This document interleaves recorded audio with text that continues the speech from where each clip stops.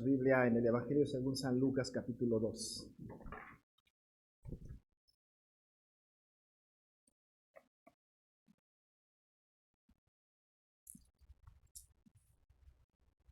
Lucas 2. Voy a hacer una lectura de los versículos 8 a 20. Lucas 2, 8 a 20. Esto dice la palabra de nuestro Señor, Lucas 2, 8 al 20, así. Había pastores en la misma región que velaban y guardaban las vigilias de la noche sobre su rebaño. Y he aquí se les presentó un ángel del Señor, y la gloria del Señor los rodeó de resplandor y tuvieron gran temor. Pero el ángel les dijo: no temáis, porque he aquí os doy nuevas de gran gozo que será para todo el pueblo, que os ha nacido hoy en la ciudad de David un Salvador, que es Cristo el Señor. Esto servirá de señal. Hallaréis al niño envuelto en pañales, acostado en un pesebre. Y repentinamente apareció con el ángel una multitud de las huestes celestiales que alababan a Dios y decían: gloria a Dios en las alturas y en la tierra paz, buena voluntad para con los hombres. Sucedió que cuando los ángeles se fueron de ellos al cielo, los pastores se dijeron unos a otros: pasemos pues hasta Belén y veamos esto que ha sucedido y que el Señor nos ha manifestado. Vinieron pues apresuradamente y hallaron a María y a José y al niño acostado en el pesebre, y al verlo dieron a conocer lo que se había dicho acerca del niño.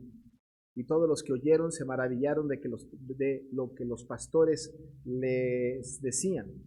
Pero María guardaba todas estas cosas, meditándolas en su corazón. Y volvieron los pastores glorificando y alabando a Dios por todas las cosas que habían oído y visto, como se les había dicho.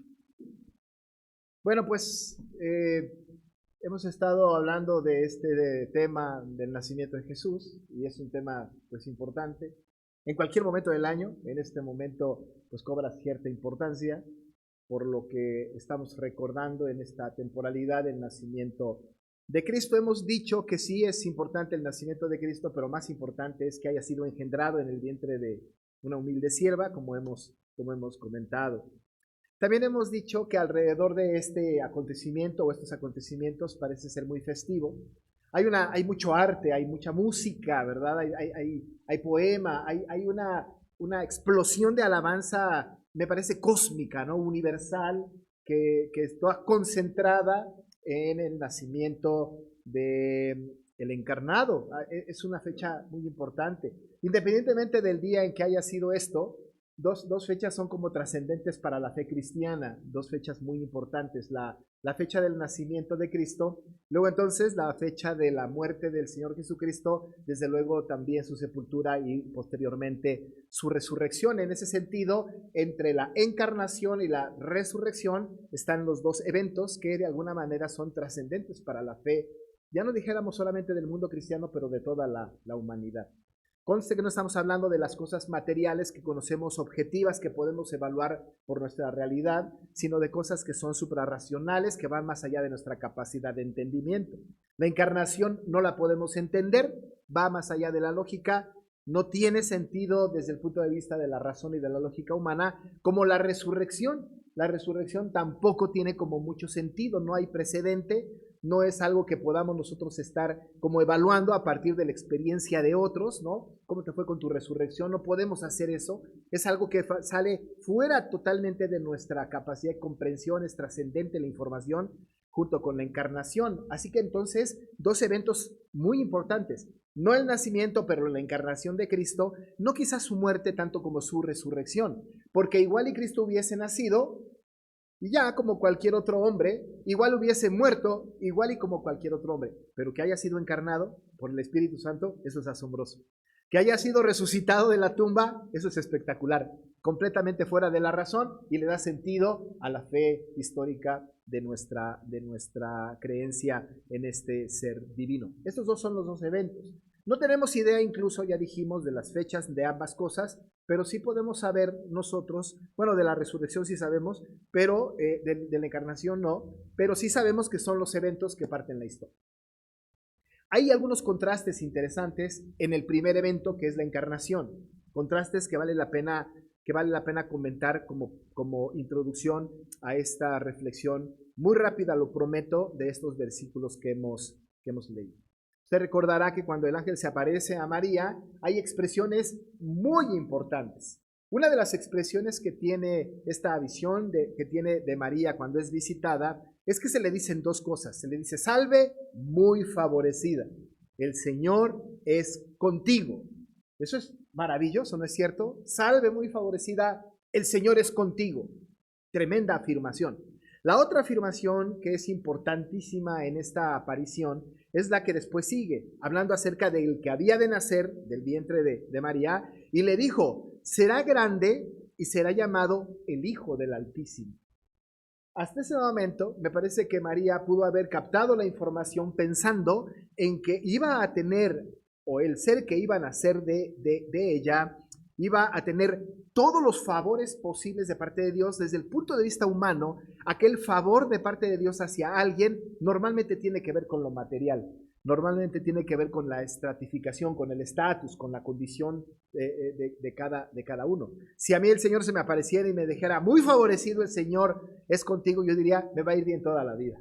Va a estar espectacular mi vida, voy a tener riqueza, voy a vivir en un lugar precioso, en fin, ¿no? Yo lo traduciría en términos de mi propia realidad y de las circunstancias de mi tiempo. Si se me hubiera aparecido un ángel, ¿verdad? Y me hubiera dicho que iba a ser yo grande, llamado Hijo del Altísimo, yo diría: seré un rey importante, un personaje que nacerá en un lugar espectacular, pero no fue así.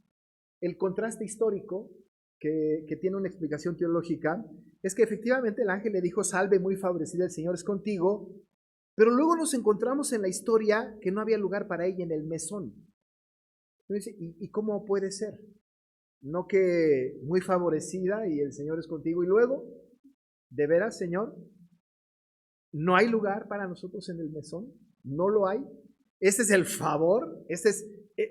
¿A esto te refieres? Por otro lado, el Señor a través del ángel les había dicho que este ser sería grande, llamado Hijo del Altísimo, y lo vemos acostado en un pesebre.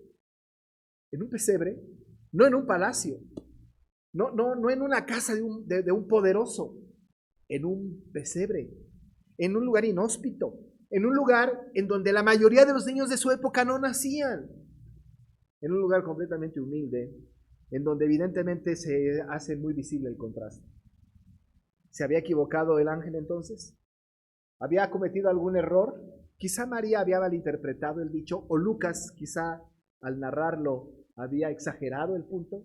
En realidad no, porque la explicación teológica a partir de los contrastes tiene que ver con el plan de Dios hacia la humanidad. Un plan maravilloso.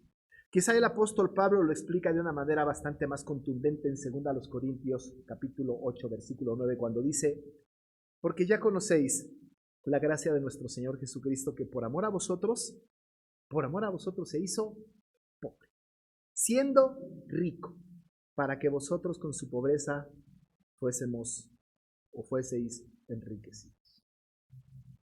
Se hizo pobre siendo rico. María tenía todo el favor, el Señor estaba con ella, pero no había para ellos lugar en el mesón, y Jesús venía en el vientre de María. Él iba a ser llamado grande, Hijo del Altísimo, pero fue acostado en un pesebre.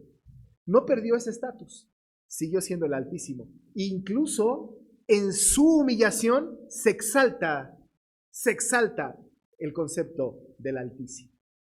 Se exalta el concepto de ser Hijo del Altísimo. En ese contexto, con esto alrededor, nosotros de repente entonces vemos cómo el universo se une a una, y todo aquello que no tiene explicación posible empieza a suceder en la historia de un mundo que tampoco tiene ninguna manera de explicar las cosas que está viendo sobrenaturales. Dice la Biblia que viene y sigue este concepto de la humillación para este señor cuya madre era favorecida y que iba a ser hijo del Altísimo. De repente aparece un montón de ángeles y se les aparece a un grupo de pastores. ¿Por qué a un grupo de pastores? ¿No era el Hijo del Altísimo? ¿No el Señor estaba con él? ¿Por qué no se manifestó a los reyes y a los príncipes de su época? ¿Por qué no vino a una reunión de un Sanedrín importante, incluso de los propios judíos? ¿Por qué no se presentó ante las autoridades más grandes del Imperio Romano de su época, que no solamente era un imperio poderoso en Palestina, pero era un imperio poderoso en el mundo entero? ¿Cómo no aparecieron esos ángeles en una reunión, ¿no?, importante de las autoridades del mundo entero? Hubiera sido maravilloso, porque el impacto de la venida de Jesús hubiese sido bastante más impactante. No, vino a un grupo de pastores, hombres comunes, pero no tanto comunes como hombres que en realidad, pues, presumiblemente no tenían una gran educación. Pero se aparece a los pastores, este Hijo del Altísimo, este maravilloso ser que nacerá, este prometido, este Mesías, este ungido, este Jesucristo, el príncipe de paz, el admirable consejero, el Dios fuerte, este que había sido anunciado por los profetas y que por fin, como dice el apóstol Pablo a los Gálatas, en el cumplimiento del tiempo vino nacido de mujer y nacido bajo la ley. Imagínense nada más. Viene a un grupo de pastores. Si llegara una situación de esa naturaleza en nuestro tiempo, diríamos, sí, primero reúnanse con el consistorio y luego con el resto, ¿no es cierto? O con las autoridades más importantes. ¿Pero por qué con el vulgo? ¿Por qué con la gente de menor nivel social, en una estratificación, ya no dijéramos tanto baja como paupérrima como eran los pastores de su época? Bueno, pues los ángeles, esta gloria del Señor rodea de resplandor a los pastores que estaban allí.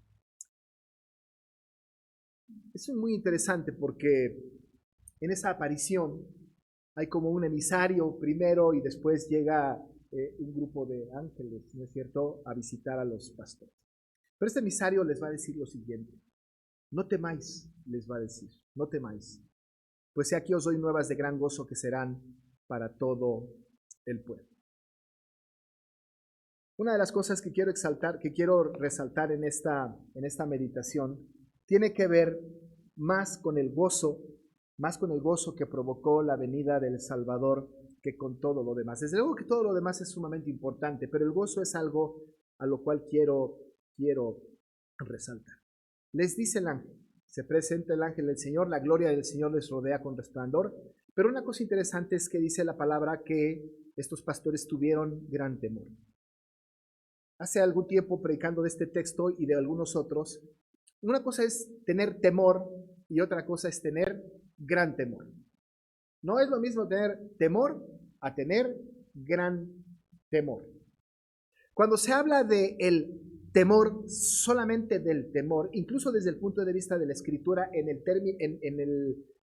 las palabras originales del griego del Nuevo Testamento, cuando se habla solamente de temor, tiene dos connotaciones. Una, ciertamente como nosotros pudiésemos entenderla, que es una especie como de espanto.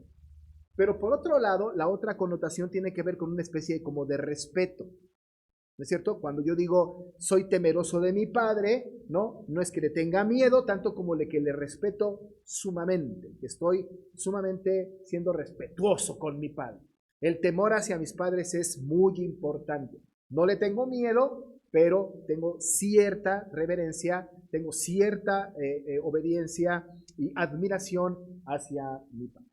Pero cuando el concepto es mega, ¿verdad? Cuando hay gran temor, cuando el asunto se junta el temor con el gran temor, tiene una connotación de un gran susto, de un gran espanto ante lo desconocido. Ante lo desconocido. Si a nosotros se nos apareciera ahora un ángel del cielo, estoy seguro de que más de 2 de nosotros saldríamos corriendo del lugar. Porque ante lo desconocido no tendríamos temor reverente ante los ángeles, sino un terror espantoso que nos hace salir ante lo desconocido. Parece ser que lo que pasó con los pastores en aquel evento fue que no tuvieron un temor en donde dijeron, los ángeles, gloria a Dios, qué bueno que se aparecieron. No, esto no fue la reacción, sino que ellos se espantaron verdaderamente. Estaban tremendamente asustados, tan asustados que quedaron impávidos, que quedaron completamente paralizados. No tuvieron la capacidad, tan espantados estaban, de salir corriendo, porque si hubieran salido corriendo, nos hubiéramos perdido del versículo 10. Ahí se quedan. Ahí está. Y quedaron allá estupefactos ante la aparición del ángel. Luego iban a venir los otros ángeles, pero se quedan ahí parados. Y les dice el ángel entonces, que les rodea de resplandor, ¿no? Se aparece a ellos, y ellos, dice la palabra, tuvieron gran temor. Era muy fácil en aquella época que la gente así, gente sencilla como los pastores, fueran espantados. En aquella época había grandes peligros en la región. Tenía que estarse cuidando uno a otro. El hecho de velar las ovejas, por ejemplo, en la noche, no solamente tenía que ver con velar el cuidado de las ovejas para que no hicieran de las suyas, sino que además velaban para su propia seguridad. Los pastores de la época, aún y sin ovejas por las noches cuando se quedaban en el campo, tenían que velar por turnos para evitar los peligros que alrededor de ellos pudiese aparecer, en contra de su propia integridad, de su propia vida. El imperio había puesto una serie de normas, una serie de reglas. Estaban siendo perseguidos incluso algunos de los judíos que estaban en contra del imperio predominante de la época. Así que aquellas persecuciones, aquellos ataques, aquellas muertes inesperadas eran el pan de cada día, y ellos estaban acostumbrados a estar alertas y tener miedo de aquellos que se acercaran. Pero ahora este miedo era diferente. Este miedo tenía que ver entonces ahora con algo que no podían ellos explicar con sus propios labios, algo que era suprarracional y que jamás en su vida habían experimentado, y que si acaso hubiesen escuchado algún precedente, estaba bastante lejos en las profecías del Antiguo Testamento. Este temor espantoso fue un temor que entonces los petrificó, que entonces los paralizó. Tuvieron gran temor. Pero miren con el asunto de los contrastes. Para un gran temor se necesita algo más allá que una buena palabra de ánimo. Porque si alguien está muy temeroso, no podemos llegar nosotros y decirle, tranquilo. Ahora, ¿cuántos de nosotros cuando hemos estado en una situación así de miedo y alguien nos dice, tranquilo, cuántos nos tranquilizamos? En realidad, pues no creo que muchos. Si yo estoy en una gran situación, no pasa nada. ¿Cómo que no pasa nada? ¿Que no estás viendo lo que está sucediendo? ¿No ves lo que está pasando? Nosotros hemos pasado por situaciones de esta naturaleza. Hemos tenido situaciones terribles que nos han generado una gran emoción de temor, de algo que está pasando. Con un no te espantes, no pasa nada, tranquilo, está en paz, no es suficiente. Es un buen deseo, es una buena palabra de empatía, pero no quita ese miedo, no quita en realidad el gran temor. Pero hay algo que sí le quitaba a estos el gran temor. El contraste. Para un gran temor se necesita una alegría más allá de la alegría terrenal. Lo que se necesitaba es una nueva de gran gozo. No solamente una noticia linda que alegre el corazón y que modifique el estado de ánimo, sino una nueva de gran gozo.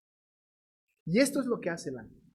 Ante esta reacción de gran temor de los pastores, el ángel entonces les dijo, no temáis. Hasta ahí la cosa todavía no camina bien. Porque es como, no se apuren, ¿verdad? Si aparece el ángel a nosotros ahora y nos dice, no tengan miedo, pero hasta que nos diga no tengan miedo, salimos corriendo. Sí, sería algo que no pudiésemos tolerar. Pero él les dice, no temáis. Y entonces explica, ¿por qué aquí os doy nuevas de gran gozo? Fíjese que lo que está haciendo el ángel es comunicando el evangelio, las buenas nuevas. Eso dice el ángel, ¿no? Os doy nuevas. Y nosotros sabemos que el evangelio son las buenas nuevas. Les va a comunicar las buenas nuevas de gran gozo. Este concepto de las nuevas de gran gozo también tiene que ver con un gozo que nunca antes habían experimentado. Porque siendo nuevas de gran gozo, es algo que en su vida ellos habían experimentado. No hay un precedente. No hay algo, claro, como en aquella época cuando vino tal o cual cosa. No, era una nueva de gran gozo. Un gozo nuevo, diferente, que iba a impactar la vida de aquellos y que iba a impactar la vida de toda la humanidad a partir de este acontecimiento. Y dice, os doy nuevas de gran gozo. ¿En qué consistían las nuevas de gran gozo? Pues tiene que ver con Cristo. Tiene que ver con esta nueva de gran gozo de la venida del Salvador. Además, estas nuevas de gran gozo iban a ser comunicadas a ellos en primera instancia, pero después, dice la Escritura, para todo el pueblo, y después se les anuncia que les ha nacido en la ciudad de David un Salvador, que es Cristo el Señor. Amados hermanos, la nueva de gran gozo, aquella noticia que rompe el temor más grande desde ese momento y por toda la eternidad, esa nueva de gran gozo que muchos ya conocen y que otros desconocen. Esta nueva de gran gozo tiene que ver con el nacimiento, la venida del Señor Jesucristo, el Salvador, el ungido, el prometido, Cristo el Señor. No hay mejor noticia sobre la faz de la tierra que genere más gozo que el saber que Cristo ha venido a nuestras vidas. No hay más gozo que este. No hay mayor gozo que este. Hay gozos terrenales, por supuesto. Hay gozos que para nosotros nos resultan maravillosos. El apóstol Juan va a decir allá en tercera de Juan 4, yo no tengo mayor gozo que este, el oír que mis hijos andan a la verdad. Pero ese gozo es un gozo efímero incluso. Es un gozo terrenal, es un gozo palpable, lógico. Pero el gozo de la venida de Cristo, pero el gozo de la venida del Salvador es una nueva de gran gozo. Este gozo, a lo largo de la narrativa del nacimiento de Jesucristo, se vio en diferentes partes. Por ejemplo, María, cuando habla del Magnificat, ella dice en el versículo 47 de este mismo capítulo, mi espíritu se regocija en Dios mi Salvador. El gozo impactó no solamente la vida de los pastores, la vida de María. Dice, mi espíritu se regocija. Un gozo maravilloso y tiene que ver con Cristo. También el gozo para todo el pueblo, como dice el texto aquí en el versículo 10. Os doy nuevas de gran gozo que serán para todo el pueblo. El pueblo completo que vivía en obscuridad ahora había visto gran luz y le generó gran gozo. Por otro lado, más adelante en el capítulo 2 de Mateo, versículo 10, vemos el gozo, el grande gozo de los magos. Dice la Biblia en el versículo 10 del capítulo 2 de Mateo, que al ver la estrella se regocijaron con muy grande gozo. Hasta para la gente extranjera, no judíos, hubo gran gozo. Vemos nosotros también en Lucas 2, 29 al 30, el gozo que le provocó el nacimiento de Cristo a Simeón. Dice la palabra del Señor en esa porción, Simeón diciendo, ahora Señor, despides a tu siervo en paz conforme a tu palabra, porque han visto mis ojos tu salvación. ¿Y qué mayor gozo que los ojos de Simeón hayan visto al Salvador? El gozo que le provocó la venida de Cristo a María, el gozo que provocó la noticia del nacimiento de Cristo al pueblo y a los pastores, el gozo que le provocó a los magos, el gozo que le provocó a Simeón, el gozo que le provocó a los cristianos de su época, es el mismo gozo que le provoca a todos aquellos que conocen de Cristo a partir de este momento y hasta que Cristo venga por segunda vez. Dice el apóstol Pedro, en 1 Pedro 1:8, bendito el Dios y Padre de nuestro Señor Jesucristo, que según su grande misericordia nos hizo renacer para una esperanza viva, por la resurrección de Jesucristo de los muertos, para una herencia incorruptible, incontaminada, inmarcesible, reservada en los cielos para vosotros, que sois guardados por el poder de Dios mediante la fe, para alcanzar la salvación que está preparada para ser manifestada en los tiempos postreros, en los cuales vosotros os alegráis, aunque ahora por un poco de tiempo, si es necesario, tengáis que ser afligidos en diversas pruebas, para que os sometida a prueba vuestra fe, dice Pedro, mucho más preciosa que el oro, el cual, aunque perecedero se prueba con fuego, se hallada en alabanza, gloria y honra cuando sea manifestado Jesucristo, a quien amáis sin haberle visto, en quien creyendo, aunque ahora no lo veáis, os alegráis con gozo inefable y glorioso, obteniendo el fin de vuestra fe, que es la salvación de vuestras almas. Nos alegramos con gozo infalible y glorioso. ¿Qué nos da gozo en nuestros tiempos? ¿Qué provoca gozo para nosotros en este día? Es muy posible que lo que a nosotros nos genera gozo es saber que estas fechas la familia viene a casa. Quizá nos dé gozo saber que tenemos vacaciones en estos días, que muchos no porque cayó el fin de semana. A lo mejor les da gozo el saber que hay un regalo de por medio. O quizá le genere gozo el saber que por fin se reconciliaron con la familia. Pero ¿qué nos da gozo? ¿Qué provoca gozo hoy? Lo que nos provoca a nosotros gozo hoy es esta nueva de gran gozo que nos ha nacido hoy en la ciudad de David un Salvador, que es Cristo el Señor. El mayor gozo que puede tener una persona, un creyente, y que el mundo necesita, es Cristo. Porque sin Cristo seguimos en oscuridad. Y la nueva de gran gozo es el encarnado, es el Salvador, es Cristo el Señor. Si Cristo no es nuestro gozo, el gozo que nosotros tenemos con cualquier otra cosa no dará fruto espiritual al final de los tiempos. Pero si Cristo es nuestro gozo, si Él ha sido nuestro gozo, sigue siendo nuestro gozo, entonces al final del tiempo nos iremos con Él y gozaremos de Él para siempre. Que en estas fechas, amados hermanos, sí, estemos con la familia, disfrutémoslo, pero que nuestro gozo mayor sea la buena nueva de Cristo Jesús como Salvador en nuestras vidas. Sin Cristo no hay gozo. No hay gozo. Con Cristo hay una nueva de gran gozo. Vamos a orar. Padre, confirma tu palabra en nuestro corazón y que esas historias, Señor, narradas, contadas, explicadas por tu palabra, hagan mella en nuestra vida. Gracias, Señor, porque aquellos pastores experimentaron la visita del ángel siendo comunes y pudieron palpar, experimentar en sus vidas esta noticia maravillosa que después de vivir seguramente en tensión, les diste nuevas de gran gozo, para ellos y para todo el pueblo. Padre, a nosotros, tu pueblo escogido, nos ha nacido un Salvador, pero no cualquier Salvador, sino el ungido, el Mesías, el Cristo. Nos ha nacido Cristo, el Señor. Gracias, Señor, porque Él es nuestro gozo. Y cualquier temor se disipa porque Cristo mora en nuestro corazón.